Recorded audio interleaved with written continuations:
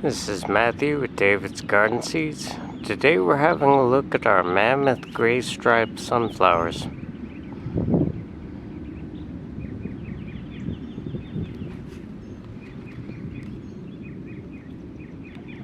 We've got quite a few growing here.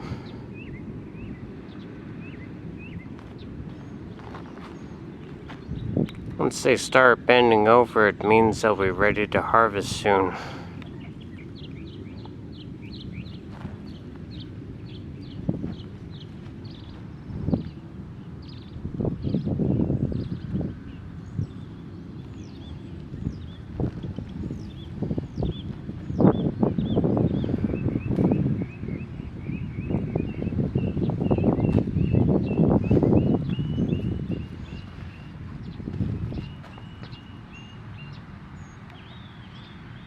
We've had some bees pollinating them. Not too many out right now.